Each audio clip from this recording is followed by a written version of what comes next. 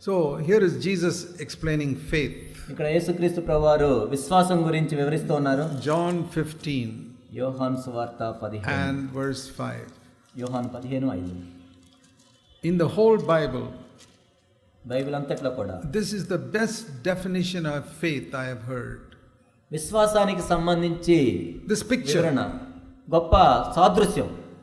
Now there he speaks about a vine and grapes. ఇక్కడ ద్రాక్షవల్లి తీగల గురించి చెప్పబడింది. Because in Israel everywhere there were vine and grapes. ఎందుకంటే ఇశ్రాయేల్ మనం చూసినట్లయితే ద్రాక్ష తోటలే ఉంటాయి ఎక్కడ చూసినా. Here we don't see vine and grapes everywhere. ఇక్కడ మనం ద్రాక్ష తోటలు ద్రాక్ష పళ్ళు కనపడవు. We can use another example. ఇక్కడ వేరే ఉదాహరణ మనం చూడొచ్చు. Say a mango tree. లేకపోతే మామిడి చెట్టు అని వచ్చాడు. A lot of mango trees in India. ఎందుకంటే భారతదేశంలో మామిడి చెట్లు చాలా ఉంటాయి. The principle is the same. కానీ నియమం అదే ఇక్కడ.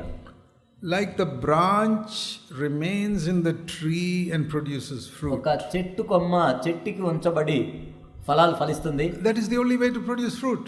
ఫలాలు ఫలించాలంటే అలానే ఫలించగలదు. Without that, verse 5, you can do nothing.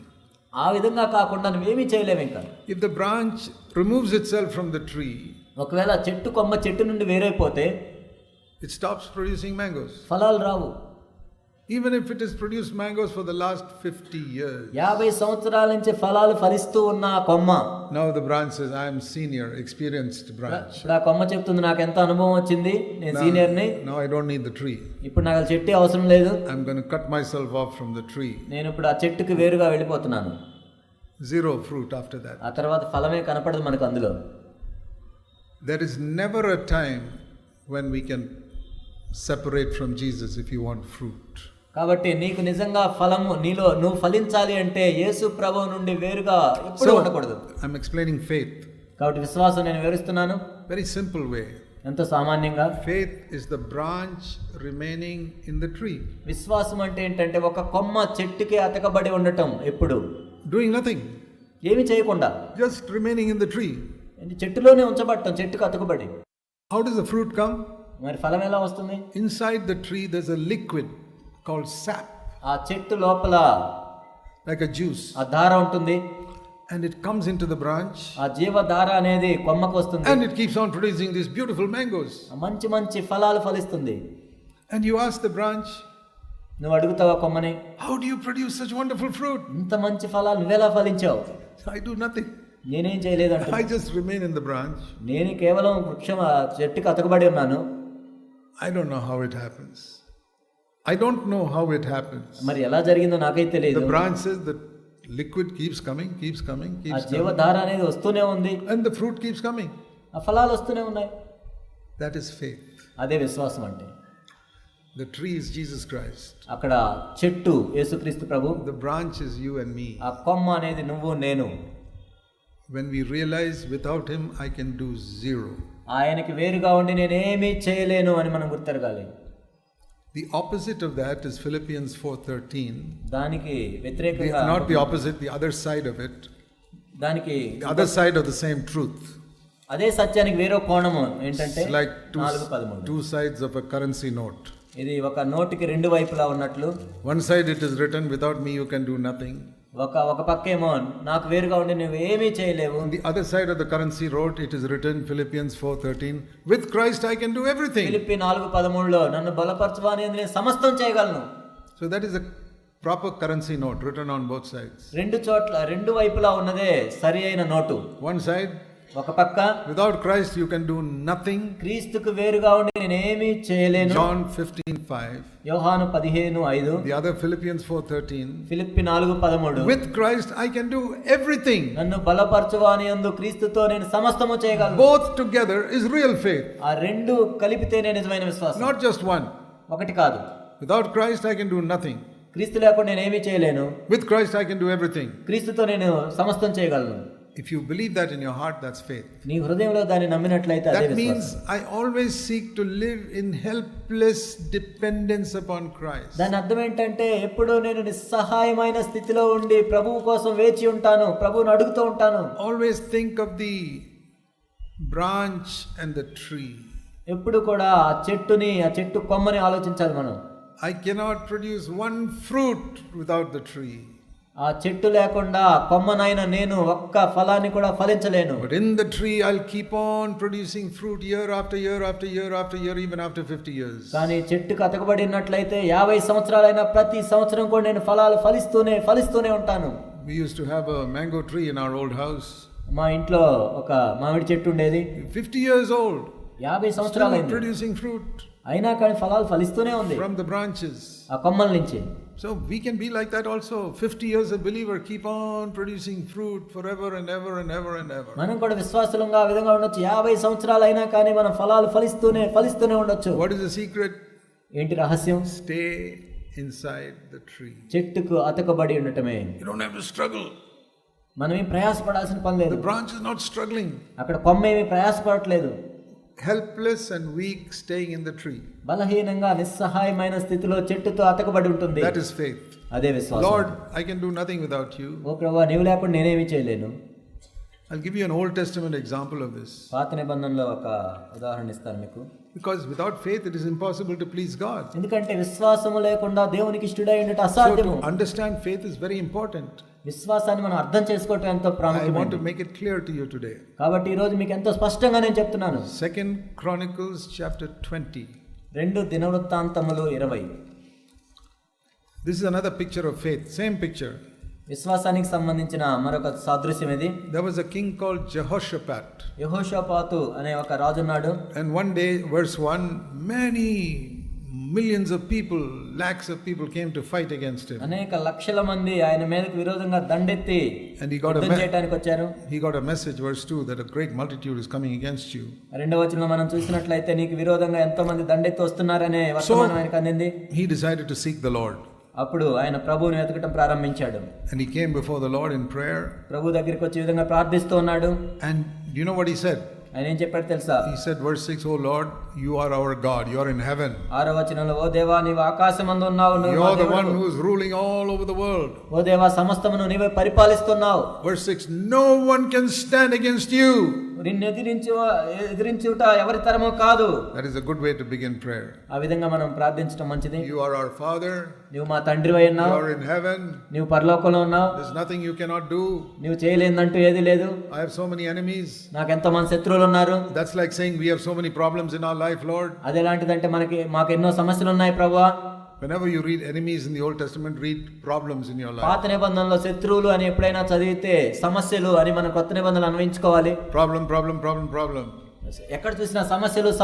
Father, తండ్రి, you have got control over everything in the universe. ఓ ప్రభువా సమస్తము నీ ఆధీనంలో ఉన్నాయి. And then quote his promise. అప్పుడు ఆయన వాగ్దానాన్ని ఎత్తిపట్టుకోవాలి మనం. You promised. నీ వాగ్దానం చేశావు. That if this happens, we come and pray for you, you will hear us, verse number 9. ఓ ప్రభువా ఈ విధంగా నువ్వు వాగ్దానం చేశావు కాబట్టి మేము ప్రార్థిస్తున్నాం, మరి ఆలకించండి. 9వ వచనం. You promised, call upon me in the day of trouble and I will deliver you. ఆపత్కాలమందు నీవు నన్ను గురించి మొరపెట్టుము, నేను రక్షిస్తానని వాగ్దానం చేశావు. Now Lord, we are praying. ఓ ప్రభువా మాకు ఆపత్కాలం వచ్చింది, ప్రార్థిస్తున్నాం. Here are 3 things he said. ఇక్కడ 3 విషయాలు ఆయన చెప్పాడు. This is faith. అదే విశ్వాసం అంటే. Verse 12. 12వ వచనం. In the middle of that verse. మధ్యలో చూస్తాం. We have no power. మాకు శక్తి చాలదు. Second. రెండోది. We don't know what to do. ఏమి చేయుట మాకు తోచదు. It means we have no power, we have no wisdom. అంటే మాకు శక్తి లేదు, జ్ఞానం లేదు. We have no power. మాకు శక్తి లేదు. We have no wisdom, don't know what to do. మాకు జ్ఞానం లేదు, ఏం చేయాలో తెలియదు. Number 3. మూడోది. But our eyes are on you. కానీ నీవే మా దిక్కు. We are trusting you. మిమ్మల్ని నమ్ముతున్నాం. That is faith. అదే విశ్వాసం అంటే. Lord, ఓ ప్రభువా, you are our Father. నీవు మా తండ్రివై ఉన్నావు. So many problems in my life. నా జీవితంలో ఎన్నో సమస్యలు ఉన్నాయి. So many problems with my children. నా బిడ్డల విషయంలో ఎన్నో సమస్యలు ఉన్నాయి. With my family members. నా కుటుంబ సభ్యులతో. Financial problems. ఆర్థిక సంబంధమైన పరిస్థితులు. Children educational problems. బిడ్డలకు సంబంధించిన చదువు. Some of them are rebellious. వాళ్ళు తిరుగుబాటు చేస్తున్నారు. Lord, I don't know what to do. ఓ ప్రభువా ఏం చేయాలో నాకు దిక్కు తోచట్లేదు. I have no strength. ఓ ప్రభువా నా శక్తి చాలదు. Number 1, I have no strength to handle this. మొట్టమొదటిగా దీన్ని నాకు శక్తి చాలదు. Second, I don't know what to do. ఏం చేయాలో నాకు తెలియదు. రెండోది. Don't stop there. అక్కడ ఆగొద్దు. Many people pray with 2 things. చాలా మంది ఇక్కడే ఆగిపోతారు. Lord, I have no strength. ఓ ప్రభువా నాకు శక్తి చాలదు. I don't know what to do. ఓ ప్రభువా నాకు దిక్కు తోచదు. Amen. ఆమేన్. అయిపోతుంది. No. అక్కడ ఆగకూడదు మనం. Third. మూడోది. But we trust you. ఓ ప్రభువా అయినా నేను మిమ్మల్ని నమ్ముతున్నాను. Then say amen. అప్పుడు ఆమేన్ చెప్పాలి. I don't have strength. నాకు శక్తి చాలదు. I don't know what to do. నాకు దిక్కు తోచదు. But I trust you. అయినా కానీ నేను నమ్ముతున్నాను. It's amazing what God will do for you. కాబట్టి ఆ విధంగా మనం చేసినట్లయితే దేవుడు ఎంతో అద్భుతమైన విషయాలు మన ఎడల చేస్తాడు. See this promise in Jeremiah. ఇర్మియా గ్రంథంలో ఉన్న వాగ్దానం మనం చూద్దాం. Jeremiah and chapter 33. ఇర్మియా 33. Do you people read the Old Testament? మీరు పాత నిబంధన చదువుతుంటారా? Some wonderful promises there. అద్భుతమైన వాగ్దానాలు ఉంటాయి. Here is one of them. ఇదొకటి అందులో. Jeremiah 33. ఇర్మియా 33 verse 3. 3. You know when God spoke this to him? ఎప్పుడు మాట్లాడాడో తెలుసా ఈ విధంగా? Verse 1, when he was imprisoned in a court. ఇర్మియా చెరసాలలో ఉన్నాడు. He was in a jail. జైల్లో ఉన్నాడు. And the Lord said to him. అప్పుడు దేవుడు చెప్పాడు ఈ విధంగా. The Lord, verse 2, who made the earth and who formed everything, I'm telling you. మాట నెరవేర్చి యెహోవా స్థిరపరచవలెనని దాన్ని నిర్మించి యెహోవా నామం వహించిన వాడే ఇలా సెలవిస్తున్నాడు. Call to me. నాకు మొర్రపెట్టుము. Verse 3. 3వ వచనం. I will answer you. నేను నీకు ఉత్తరం ఇచ్చేదను. I will show you great and mighty things which you don't know right now. నీవు గ్రహింపలేని గొప్ప సంగతులను గూఢమైన సంగతులను నీకు తెలియజేతును. That's a check. ఇది కూడా ఒక చెక్ లాంటిది. For whom is it? ఎవరి కోసం ఇది? For those who call to him. ఎవరైతే ఆయనకు మొరపెడతారో. Answer this prayer for those who call to me. కాబట్టి ఎవరైతే నాకు మొరపెడతారో వాళ్ళకి ఉత్తరం ఇస్తాను. I said, Lord, I'm calling you so I can claim this check. ఓ ప్రభువా, నేను కూడా నీకు మొరపెడుతున్నాను కాబట్టి దీన్ని నేను Call to me, I will answer you. నాకు మొరపెట్టుము, నేను నీకు ఉత్తరం ఇచ్చేదను. I will show you great and mighty things which you నీవు గ్రహింపలేని గొప్ప సంగతులను గూఢమైన సంగతులను నీకు తెలియజేతును. And it says there that in Jehoshaphat's time they defeated all the enemies. ఆ విధంగా మనం చూసినట్లయితే యెహోషాపాతు సమయంలో శత్రులందరిని వాళ్ళు ఓడించారు. Turn back there, 2 Chronicles chapter 20. 2 దినవృత్తాంతములో 20 మనం చూసినట్లయితే. You know what the Lord said to him? దేవుడు వారితో ఏం చెప్పాడు తెలుసా? When he prayed like this. ఈ విధంగా ప్రార్థించాడు. What is the prayer? Verse 12. ఏంటి ఆ ప్రార్థన? 2 Chronicles 20 verse 12. 2 దినవృత్తాంతములు 20:12. We don't have the power. మాకు శక్తి చాలదు. We don't have wisdom. మాకు దిక్కు తోచదు. But we trust you. నీవే మాకు దిక్కు. The Lord said. ప్రభు ఏం చెప్పాడంటే, okay, సరే, you don't have to fight in this battle. Verse 17. 17. ఈ యుద్ధంలో మీరు పోరాడాల్సిన పని లేదు. I will fight for you. మీకోసం మీ తరపున నేను యుద్ధం చేస్తాను. Don't be afraid. మీరు భయపడొద్దు. So Jehoshaphat bowed down, verse 18, and worshipped God. యెహోషాపాతు సాగిలపడి సాష్టాంగ నమస్కారం చేశాడు. And the next day, ఆ తర్వాత early in the morning, verse 20, 20వ వచనం, he told the people, trust in the Lord. ప్రభు యందు నమ్మికించండి. And then in the front of the army, instead of sending the people with bows and arrows, ఆ సైన్యములకు ఎదుట వీళ్ళని విల్లు బాణాలు ఇచ్చి పంపించే దానికంటే, you know whom he put in the front of the army? ఎవరిని పెట్టాడు తెలుసా? Verse 21, those who are singing and praising the Lord with their timbrels and clapping hands. ఎవరైతే జనులను స్తుతించుట గాయకులను ఏర్పరిచి ముందు పెట్టాడు. Can you imagine an army not sending bows and arrows and horses and all in the front? మీకు తెలుసు ఒక సైన్యం ఎదుట గుర్రాలు, విల్లులు, బాణాలు లేకుండా, yeah, send people with trumpets and timbrels to praise the Lord. బోరలు, తంబూరులు తీసుకొని గాయకులను పంపించడం ఎక్కడైనా చూశారా? And they were praising the Lord, praising the Lord, praising the Lord. వాళ్ళు దేవుని స్తుతిస్తూ వెళ్తున్నారు. And see, it says in verse 22. 22. When they began singing and praising, the Lord defeated all the enemies. వారు పాడుటకును స్తుతించుటకును మొదలు పెట్టగా యెహోవా యోధా వారి మీదకి వచ్చిన వారందరిని హతులైరి. And so verse 25, Jehoshaphat went there and took so many valuable things from there. ఆ తర్వాత వాళ్ళ నుంచి వారి వస్తువులను దోచుకుంటూ వచ్చారు. Through the battle they became rich. ఆ విధంగా యుద్ధం ద్వారా వాళ్ళు ధనవంతులయ్యారు. But it started with faith. కానీ విశ్వాసం. We have no strength.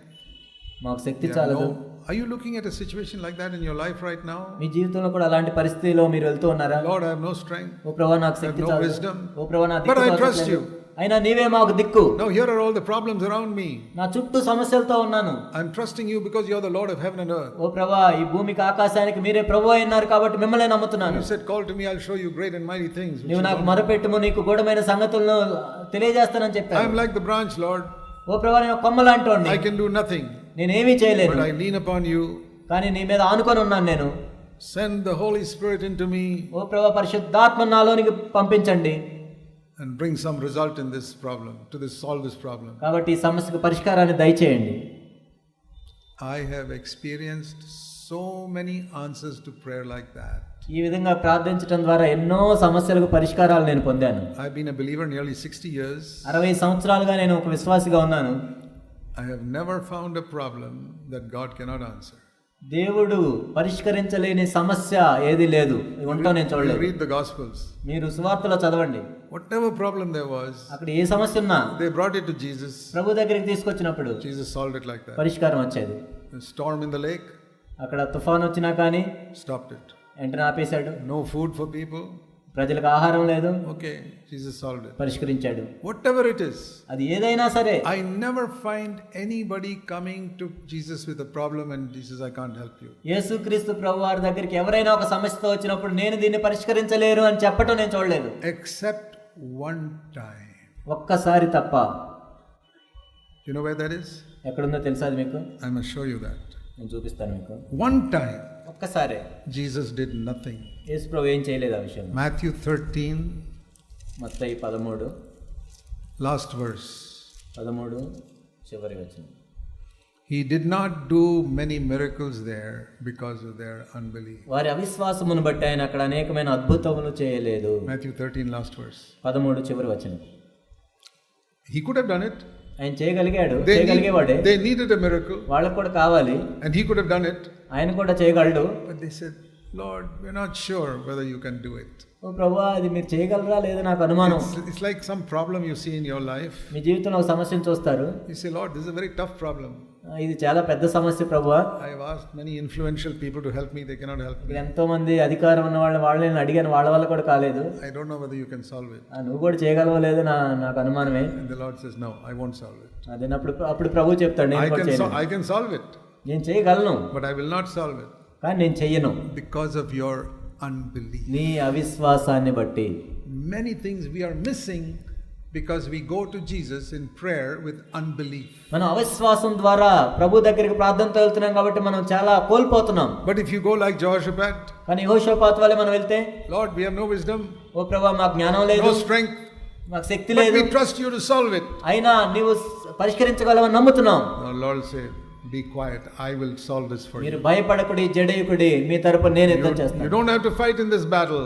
ఈ యుద్ధంలో మీరు యుద్ధం చేయాల్సిన పని లేదు. I will fight for you. మీ తరపున నేను పోరాడతాను. I don't know what your problem is. మీ సమస్య ఏంటో నాకు తెలియదు. But this is what it means to be a disciple of Jesus. కానీ యేసు ప్రభు యొక్క శిష్యుడిగా ఉండటం అంటే ఇదే. We trust him. We trust him. మనం ఆయన నమ్ముతూ ఉంటాం. Like the branch in the tree.